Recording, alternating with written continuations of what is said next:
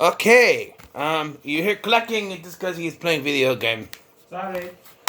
So, we you don't know. I'm on the floor. Hold on, I got an idea. I have a better. Oh.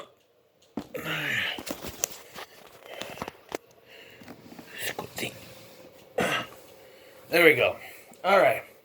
So now, continuing Jason Statham weekend, we have the Transporter 2, or Transporter 2, released in 2006.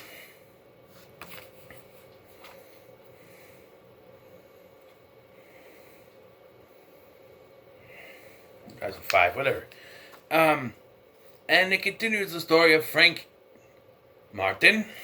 He is now in America, and he is a chauffeur for a wealthy family, driving a little boy. His name I forgot. But when some terrorists, a terrorist by the name of Giallo, I don't know, Giallo, I don't know, kidnaps the boy and asks for ransom. But is there more than just ransom on the mind of this man? Well, you'll have to find out. So, first and foremost, Jason Statham, still really good in this.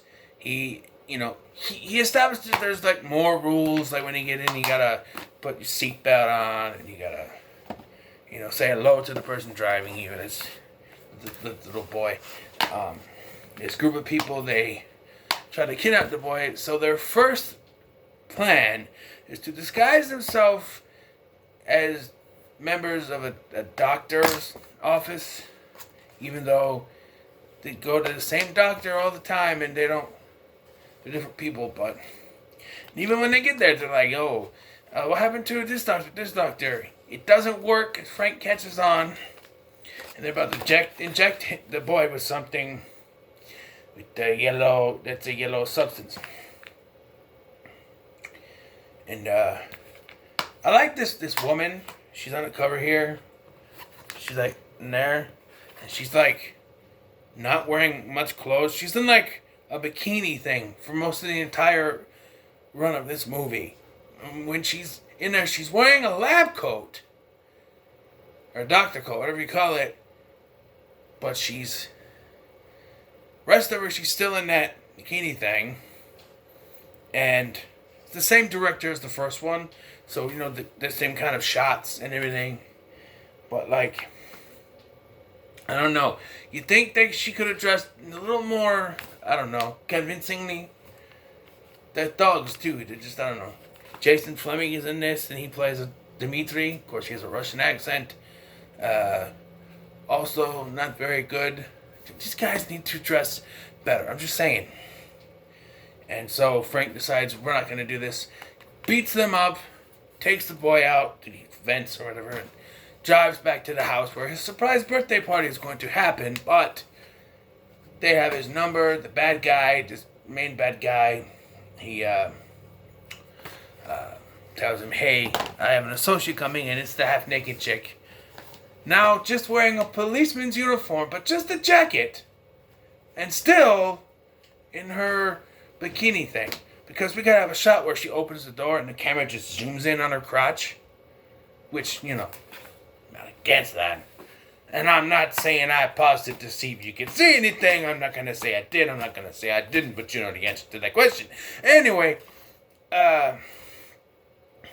you do get a nipple shot. Like a side boob nipple shot later when she's naked in bed, but that's it. And I don't know if that was even that, it's PG-13, but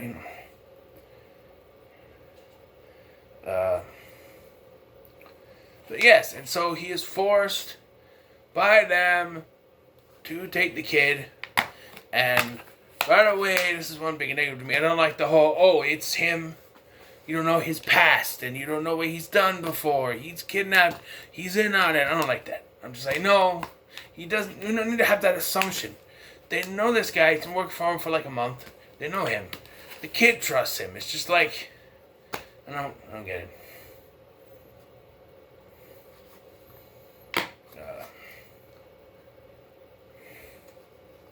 But it doesn't last long. Even though the FBI or whatever still believe that it's him, they get the kid back, but it turns out that they injected the kid with whatever it was, and it's actually a virus that spreads through the breath, and he wants to infect the kid's father, played by Matthew Modine, to then go to this conference and infect everyone at the conference. Which I think happens. I know he goes to the conference and he's making a speech, so I guess it happens. But, yeah. We have Frank going to save the day. Also, because we gotta have,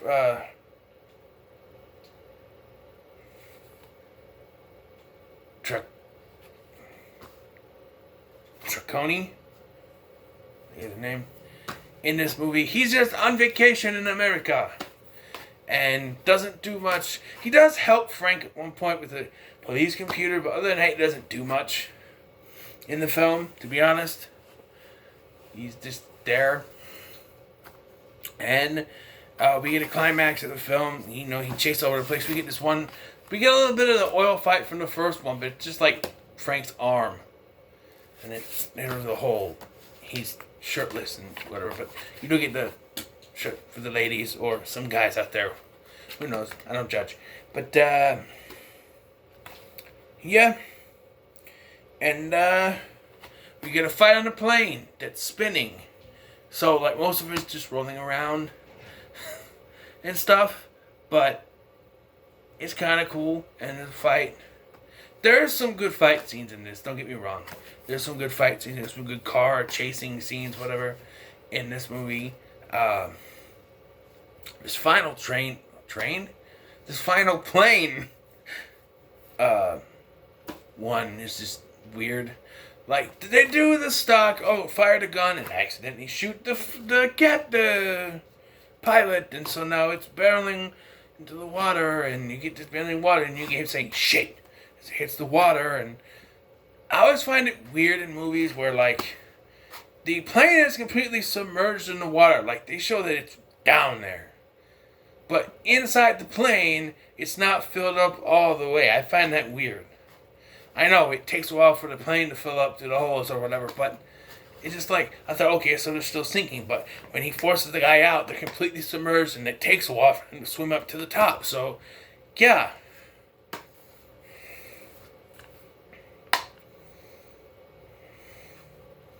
And they have a plot point in this, like a subplot or whatever, or something, where they show that the bad guy is putting all of the antidote into him, so that's the only supply. Keep it safe. Which, okay, put it in his veins, I guess, but that doesn't really come back. They don't mention it again. There is one funny part where Jason Fleming, he thinks he's been injected, but it's actually just water. And so he can follow him to wherever their secret location is.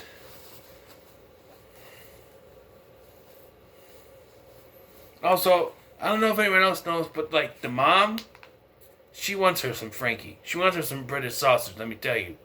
He even brings her flowers at the end, but then doesn't bring it in because everyone's there and stuff. But like, there was something between them. He can never act on it because she's sort of married. Like, their marriage was bad. They're probably better now. So, thank you, Frank.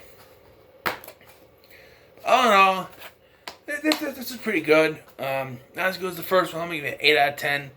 But, yeah. And it's weird that this was not as good as the first one, but this was the only one out of the 3 that I remembered. With the kid, I don't remember anything from the third one at all, and I barely remember. The only thing I remember from the first one was the French inspector and the house. That's it. And him, of course. But, yeah, so it's 8 out of 10 for me. So, what are your thoughts on Transporter 2? Let me know in the comments below. Make sure to like, share, and subscribe. The next movie, I think, is Revolver. And that'll be on Pluto TV. So, yes. So, make sure to like, share, and subscribe. Thank you for watching. I've been Scotty. And I'll see you in the next one.